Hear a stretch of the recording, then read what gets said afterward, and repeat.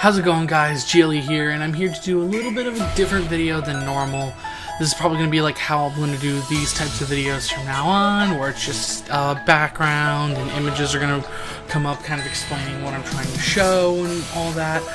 But yeah, you can just ignore that. I'll explain more of what I'm doing in a future vlog if things start to go the way I kind of hope they'll go.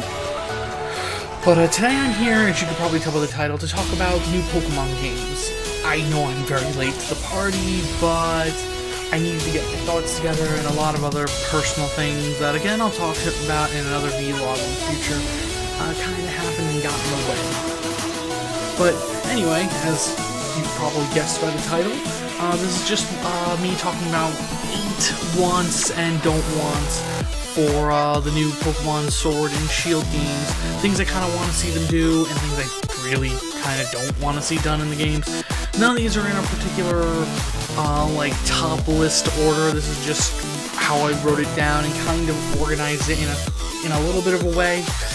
But, it's just because something's at the start doesn't mean it's my lowest priority as opposed to my highest priority being at the end and all that stuff.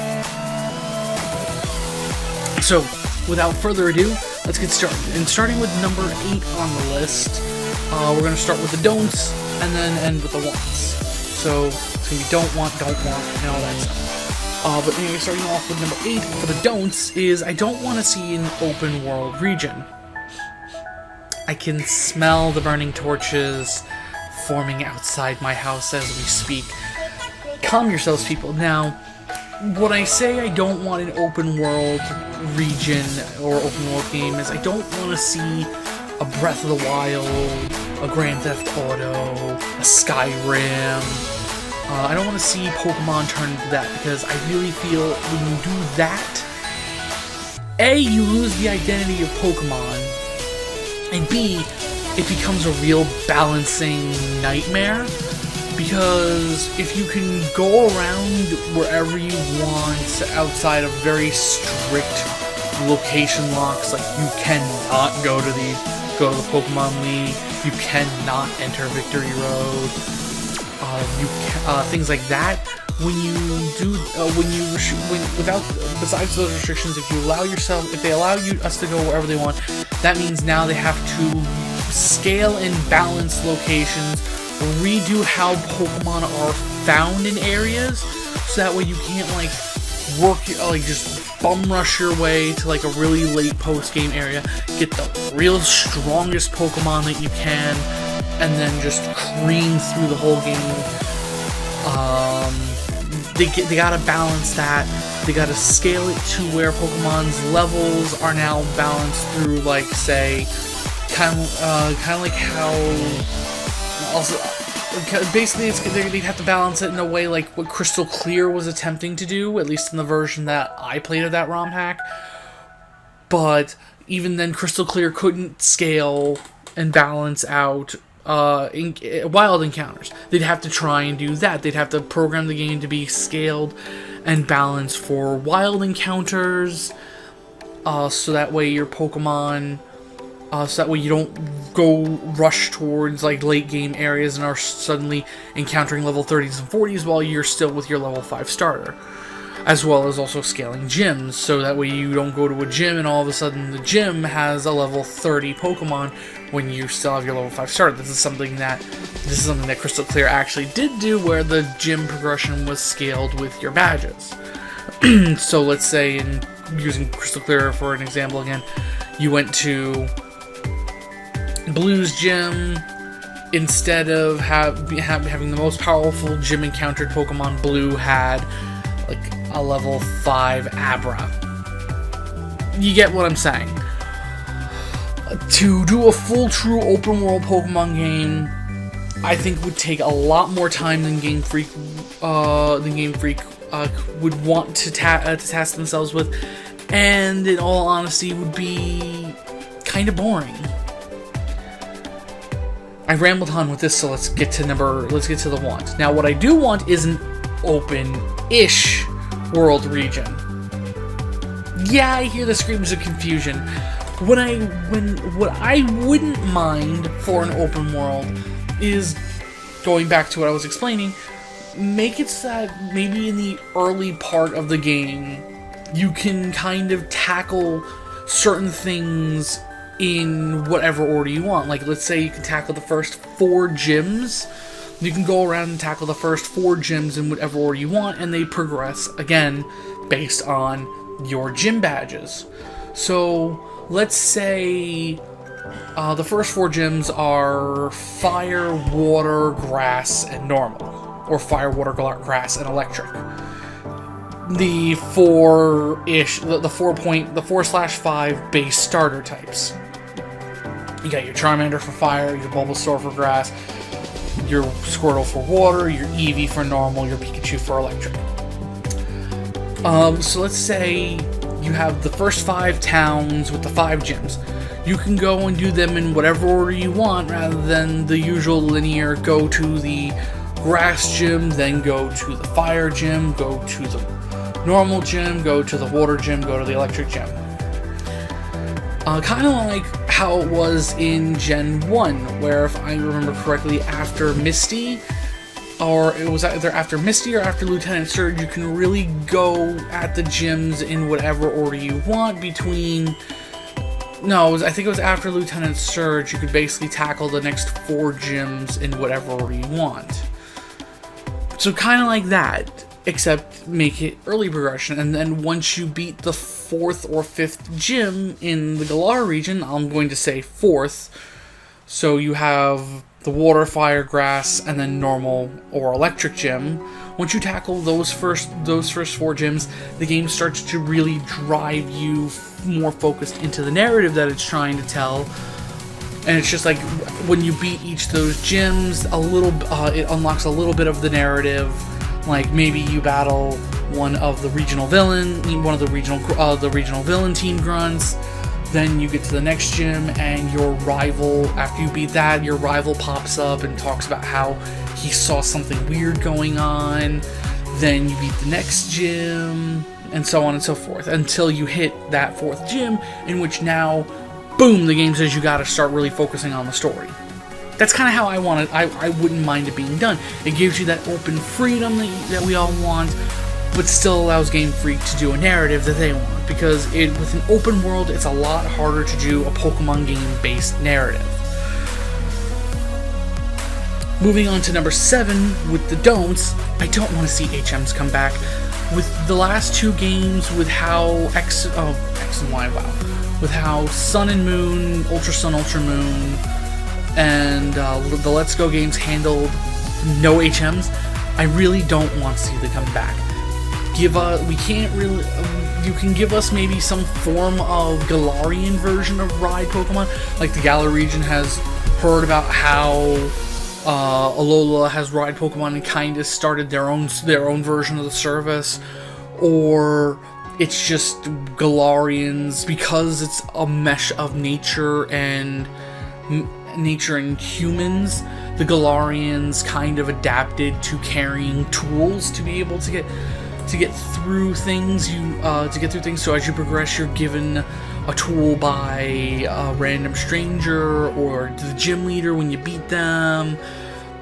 Just in general, it's like any way they give you a tool, and now you can start progressing more. So like, you beat the first gym, they give you the item for Cut. You beat the second gym, they give you the item. You beat like the 3rd gym, they give you the item for smashing rocks. You beat the 4th gym, they give you this and that, and then eventually it's like you have to have a flying Pokemon, or once your flying Pokemon becomes strong enough to be able to carry you, you automatically get the ability to start flying.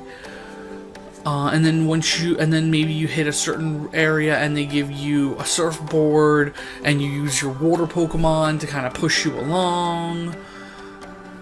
Things like that. Otherwise, you have to take a ferry service if you don't have the surfing item, and the ferry service will take you between the islands, but you can't between whatever island area you need to go to for surfing. But otherwise, if you want to go exploring in the waters, you need to have a water Pokemon with you who can push you along, or that you can ride on. Kind of things like that. Now, as for the number 7 want, I want better character customization. X and Y had okay-ish character customization. The female character had a lot of really nice hairstyles, a lot of really nice outfits. The male character had like two nice hairstyles, I think one okay-ish hairstyle, and then some pretty good outfits. Sun and Moon comes along, and by extension, Ultra Sun and Ultra Moon comes along, and the male and the female character both have hairstyles, and the female character had like maybe 2 or 3 decent outfits, while the male character had nothing really to write home about. And of course, the better outfits are locked behind. Were locked behind the festival plaza, which no one wanted to freaking do. Then Let's Go comes along, and unless you had Let's Go Eevee, you were left with a very minuscule amount of clothing. Seeing as Let's Go Eevee, you got outfits for all of Eevee's current evolutions. But even still, you couldn't change your character's hair, you couldn't change your character's eyes, you could only change their eye and their skin color at the beginning of the game when you set it, but you can't change anything after that. You can only change your outfit. And that was very depressing. Omega Ruby and Alpha Sapphire, it was understandable. They were already pre-established characters, so changing their outfits and their looks... Well, changing their outfits would have been cool. Changing their looks, I understand why you couldn't do that. But Let's Go Pikachu and Eevee made no sense. These were brand new characters. You really could have given us the ability to style their hair and change their eye colors with the lens case, like always. My number 6, less mythical and legendary Pokemon. I agree with a lot of people on this one. Game Freak has gotten out of control with how many legendary Pokemon, and especially how many mythical Pokemon, they cram into a generation. They kind of tried to cool down from Gen 5, where holy crap, there were too many legendaries and mythicals.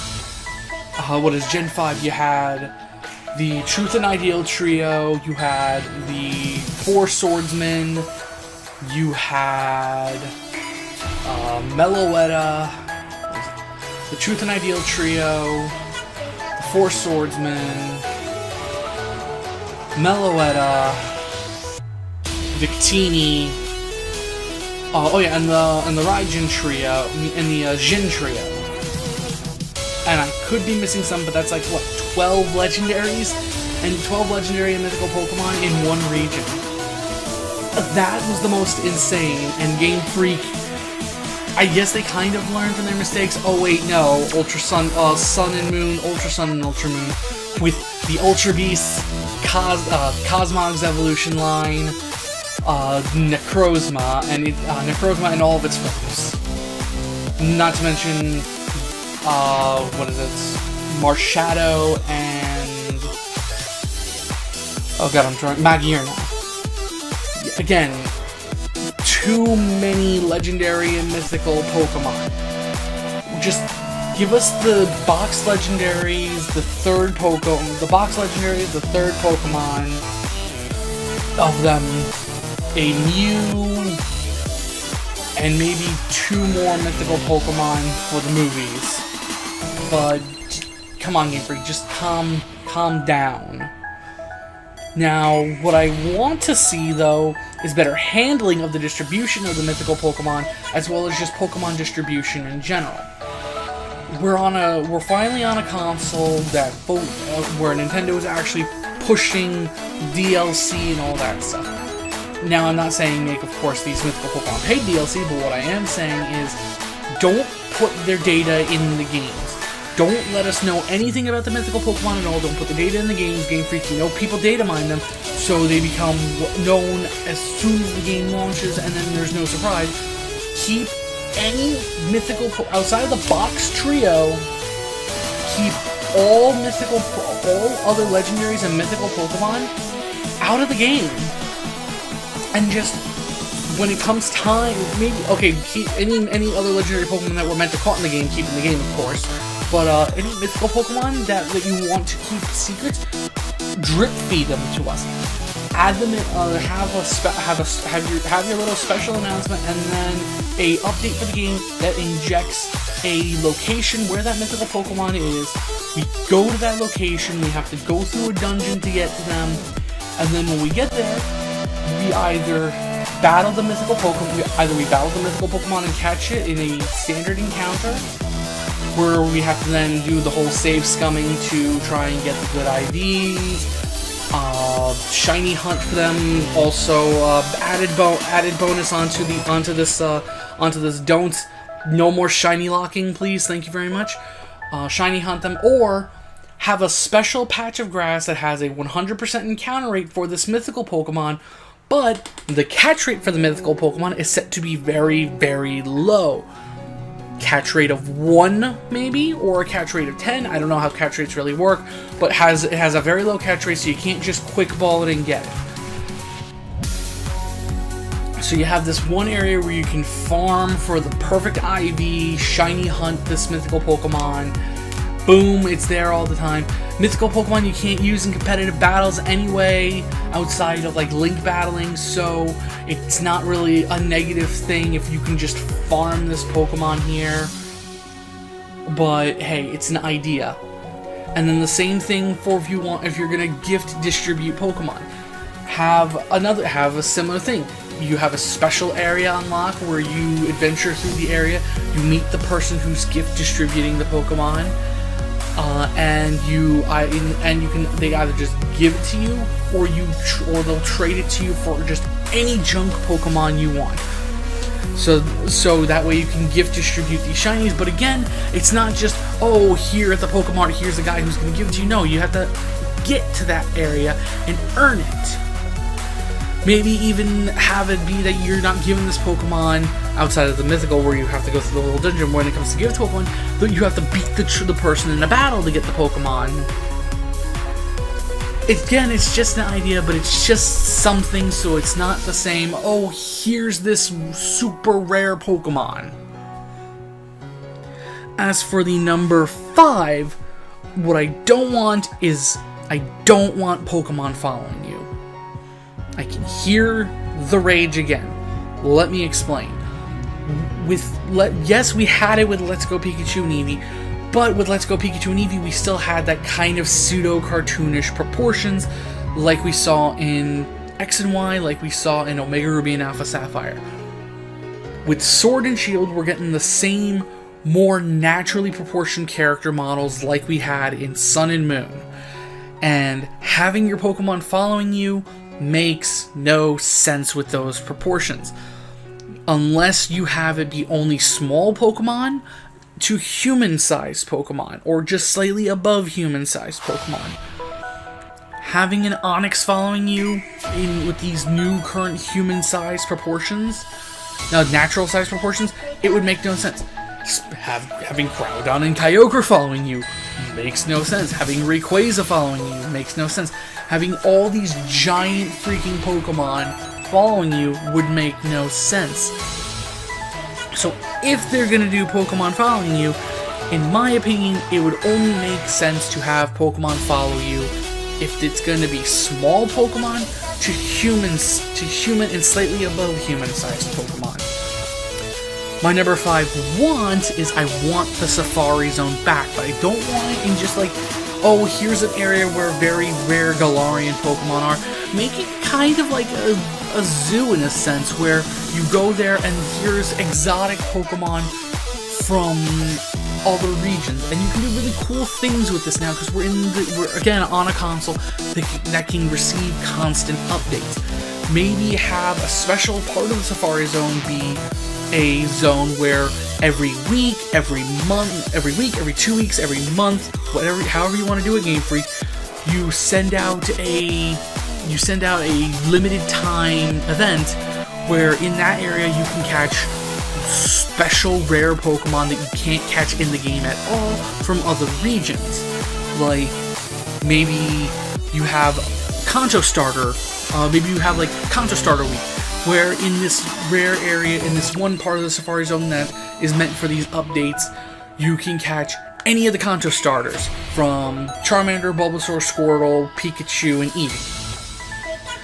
Or you have Fire Starter Month, where you can catch all of the Fire Starters in the Safari Zone from Gen 1 to Gen 8. And again, don't allow them to be shiny hunted. Don't shiny lock these things. It's just a cool idea that you can do. Bring the Safari Zone back. Have it be an area where, like, there's rare, where in the general areas you have rare Pokemon from the other regions. From, like, the really rare Pokemon from the other regions, like the pseudo legendaries, the dragons, all that stuff, or just really hard, or just Pokemon that were normally harder to catch in all the other games, can be found in this area. Number 4 in my don'ts is I don't want to see the standard gym types back. The 8 gyms all being based on the Pokemon typings. Yes, it kind of seems like it's going to be that way, since what look to be the gyms have Pokemon types on them, but still, it would be nice if they kind of change things up. What I want to see, this going into what I want to see them do with the gyms, is make gyms actually something to teach you how to get into more competitive Pokemon. The one thing Pokemon's never done right, really, is getting you ready to go into online battling and competitive battling, which makes sense because technically speaking, Game Freak never really intended for the games to be played this way. It just eventually became this way because this is what we wanted, or what they think we wanted. But I'm not getting into that argument. So how about having the gyms start teaching you that? Like you have one gym which focuses on like tank strategies with Pokemon that work together. One thing, basically have the gyms be double battled. All the gyms be double battle gyms, in my opinion, because that is the more fun aspect of Pokemon, in my opinion, are the double battles. Or you can have it flip flop. Have some double battle gyms, have some single battle gyms. Hey, have some triple battle gyms. But you have gyms that focus on like different strategies. So you have like a tank battle gym where it's a double battle, and you have Pokemon that work together to make it really difficult to knock them out. Then in another gym you have an offensive sweeping strategy, where their Pokemon are all about powering themselves up and transferring it over with Baton Pass to get the stat boosts onto their sweepers to then sweep your team. Things like that. It'd be nice for Pokemon to start teaching you those aspects. Number 3, I don't want too many old Pokemon in the wild. Now, yes, of course, we're gonna need to be able to catch some older Pokemon. We don't know when Pokemon Bank is going to be accessible on the Switch. We don't know if it's ever going to become accessible to the Switch. For all we know, Game Freak can be deciding that the 3DS's Pokemon Bank infrastructure is too much to try and set up and transfer over to the Switch, so we might have to start from scratch with a Switch Pokemon Bank. Who knows? It's Game Freak. But it'd be nice. So they're going to have to give us a way to get our older Pokemon back until we know what they're going to do with the Pokemon Bank. But I don't want the bulk of the regional decks to be older Pokemon. Again, there's the Safari Zone idea I have. Maybe we can relegate most of the older Pokemon to the Safari Zone, and then have the expansive region be a mix of like 30% old to 70% new. Which again is now going into my wants of I want at least 100 new Pokemon. In the last couple of regions, we've only seen 80 Pokemon being implemented, and that's a crying shame. It would be really nice to see at least 100 new Pokemon, if not more. Then, of course, out of those 100 Pokemon, I want at least 2 new evolutions, because we have Ultra Sun and Ultra Moon, Sun and Moon. We didn't get an evolution to match the Sylveon that we got in Gen 6. So it would be nice if we could get the Dragon evolution. And hey, And yes, I know it's like, well, the dragon. If we had gotten the dragon evolution, it would have been completely shot on by Sylveon back in Gen 6. And it's like, well, it's not like they didn't do that before in Gen 2 with Espeon and Umbreon. And yes, I know Espeon was supposed to be the poison type evolution. Hey, Game Freak, maybe you can give that to us this generation. Or maybe we can get a steel type evolution, since Galar is supposed to be based off of England, Europe, UK, whatever. So we have Knights with the steel type and Dragon with a dragon type evolution. Be a cool idea, just saying. Now for number 2, I don't want to see the bog standard, I just want to destroy the world, take over the world villain organization that we've been getting since kind of really Gen 5. Because what is it? Oh, actually, it was more like Gen 4, because with Gen 3, they just wanted to expand the sea or expand the land to really help with the evolution of Pokemon and man, depending on if it was Team Magma or Team Aqua, and blah blah blah. It'd be really nice if in this one now we got villains that were out for different. I don't even know. I can't even remember how I wanted the villain organizations to really, what they really wanted their motivations to be, but I just don't want to see the bog standard. I want to destroy the world. Or I want to destroy all Pokemon. Or I want to rule the world. Or, in the case of Team Skull, have no motives at all because you weren't the real villains. It was Team Eighth. It was the Aether Foundation that was real villains. And honestly, with the Aether Foundation, they were a nice change of pace, but you could immediately tell they were going to be the villain organizations when you saw the male grunts and Faba. The only thing I wasn't expecting was that Wick was actually going to be good. But yeah, now as for my number 2 want, I want to see the return of the competitive, maybe jerkish rival. And a cool idea I kind of had when I was writing the list and got to this one was maybe we could finally have a rival who joins the villain organization. Because when you really got down to it, it kind of seemed weird back in Gen 1 with the really jerkish blue that we had before, you know, Let's Go Pikachu and Eevee kind of rewrote how his story was. It kind of seemed like Blue had joined Team Rocket when you all of a sudden bumped into him in Silphco, because why was he just standing there doing nothing, or being stopped by the team why wasn't he being stopped by any Team Rocket runs? So when you think about it, maybe it was an original intent to have Blue have joined Team Rocket, and then you knock sense back into him.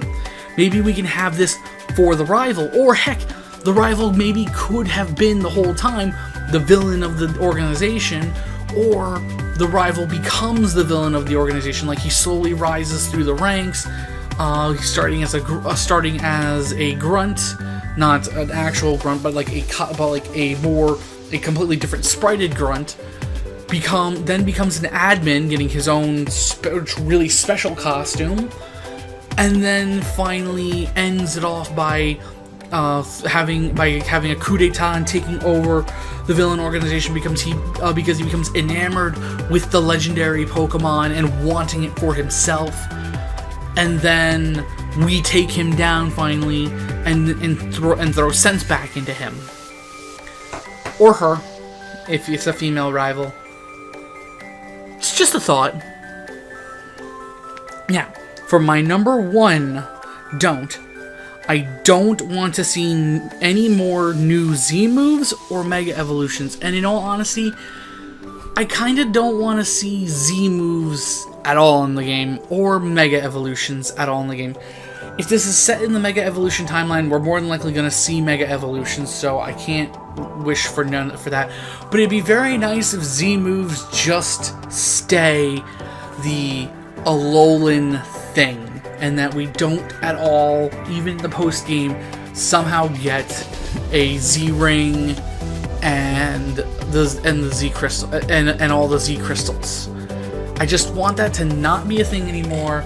And again, truthfully, if they could, I wouldn't mind Mega Evolutions not coming back either. But if they have to, they have to. But I don't want to see any more new Mega Evolutions. I don't want to see any new Z moves, or the return of Z moves at all. Now, as for my number one want, I want to see the return of regional variants. That was a cool idea, just not really fully done correctly, since for some reason all the Alolan variants were of Kanto Pokemon. It'd be very nice if we got regional variants, that the regional variants were more spread out. We get some from Johto, some from Hoenn, some from Sinnoh, etc., etc. Maybe 2 Pokemon from every region besides Kanto, since all the past regional variants were all from Kanto. So 2 from Johto, 2 from Hoenn, 2 from Sinnoh, 2 from Unova, 2 from Kalos, and then maybe even have 1 or 2 from Alola, but Alola can be the one that we don't get anything from, since it was the newest generation anyway.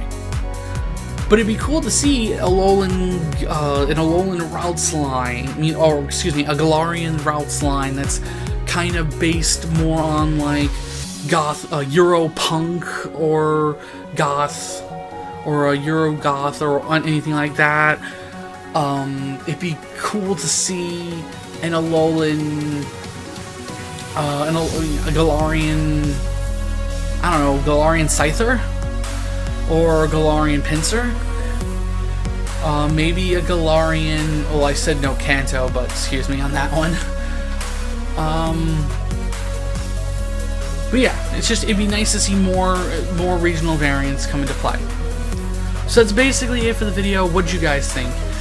Do you guys have, I'd love to know what you guys want to see in the next Pokemon games and what you don't want to see. And if you think my ideas are dumb, everyone has their own opinions. Leave yours down below in the description. So, this is GLE signing out, and I'll see you all in the next video. Peace.